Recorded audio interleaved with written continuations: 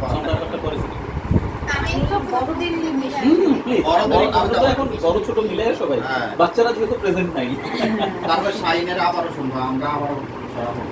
হ্যাঁ প্রত্যেকেরই শুনি। আমি আসলে শুনতেই আসি সত্যি কথা। যে তার সাথে মানে শাহিন রায়হান না, তার সাথে আমার পরিচয় ছিল না, চমৎকার লেখে। আমি চিনি না, আমি যে সবাইকে চিনবো এমন না, বিষয়টা হলো আমরা জানি না বলে মনে করি আমি যতটুকু আমার এই গন্ডির বাইরে আর কেউ নাই।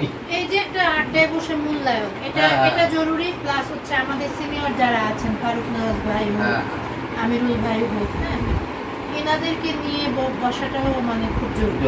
এবং ওনাদেরকে থাকলে আমাদের সুবিধা কি, নাসির আহমেদ ছিলেন না, নাসির ভাই, নাসির আহমেদ, হ্যাঁ নাসির মাহমুদ, আমি খুব মিস করি। আমি ওনাকে গার্ডিয়ান হিসেবে পেয়েছিলাম, সত্যি কথা। খুব ভালো, অসাধারণ ব্যবহার ছিল না? অসাধারণ ব্যবহার। বাংলার মুখে আমি কয়েকবার এসেছিলাম তার কাছে। তো আজ সুপার সুজনদার মধ্যে আছে, হ্যাঁ সুজনদাও খুব প্রাণ খুলে। আমরা একজনকে হারাইলাম আসাদ চৌধুরীর মধ্যে। হ্যাঁ ওরে আল্লাহ, আমার মনে আছে একবার তার সাথে, তখন আমি ছোট, আপনাদের চেয়েও আরো ছোট, মানে মানে জাস্ট গ্রাজুয়েশন করছি, আমার প্রথম বইটা বের হয়েছে তখন 2003 সালের কথা বলতেছি। একটা অনুষ্ঠানে উনি আর আমি এমন হয়ে গেছে যে দুইটাই চেয়ার খালি, উনি আর আমি পাশাপাশি পড়ে গেছি। তা আমি সন্তোষ করেছি তার সাথে আমি কিভাবে বসি, এত বড় মাপের একজন মানুষ, তার লেখা আমি ছোটবেলা একদম ছোটবেলা থেকে পড়ছি। আমি খুব সংকোচ করতেছিলাম, বেশি আমার হাত ধরে মানে বসাই দিয়ে বলতেছে তোমার নাম জানি কি, ঠিক আছে, তার আমার নাম বলার পরে বলতেছে তুমিও লেখো আমিও লিখি। আমি বলতে পারি না যে আমি হয়তো কোনো একটা লেখা আমার হয়তো সবাই পছন্দ করেছে, এই জন্য সবাই আমাকে চিনে। আমরা কিন্তু কেউ শিওর না যে তুমি তার চেয়ে বেশি নাম করবে না।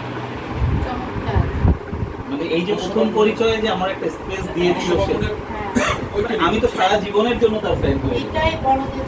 হ্যাঁ এটা কিন্তু তারপরে যতক্ষণ আমার সাথে কথা হইলো, বিভিন্ন বিষয় নিয়ে আলোচনা করলো, আমি অনেক কিছু জানতে চাইলাম, অনেক কিছু সে বোঝাইলো যে লিখলে এই দিকগুলো আনবা, অনেক সময় কিছু আমরা লিখতে পারি না, এগুলো মাথায় রাখবা। আমি তো প্রকাশনা বিজনেস শুরু করেছিলাম, চন্দ্রকলা প্রকাশন থেকে বই বের হলো, আর চলতেছে ভিডিও চলতেছে।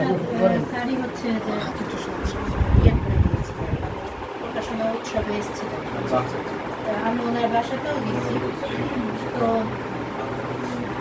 সেটা প্রস্তাব নিয়ে পরে আরো ওই যে ছন্দের ক্লাস করেছিলাম আমি নুরুল হাসানের রাইটার ক্লাবে, তখনও উনি এসেছিলেন। আসলে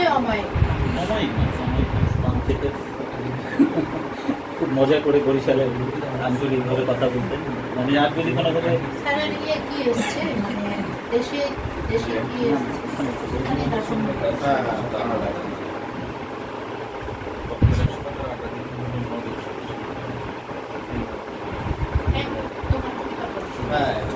আচ্ছা আবার কবিতা শুনি। থেকে শুরু হলো। আপা মাঝখান থেকে আপনাদেরকে দিয়ে শুরু করি, আমরা এক দফা হয়েছে তো আমাদের দেশের মতো। আমি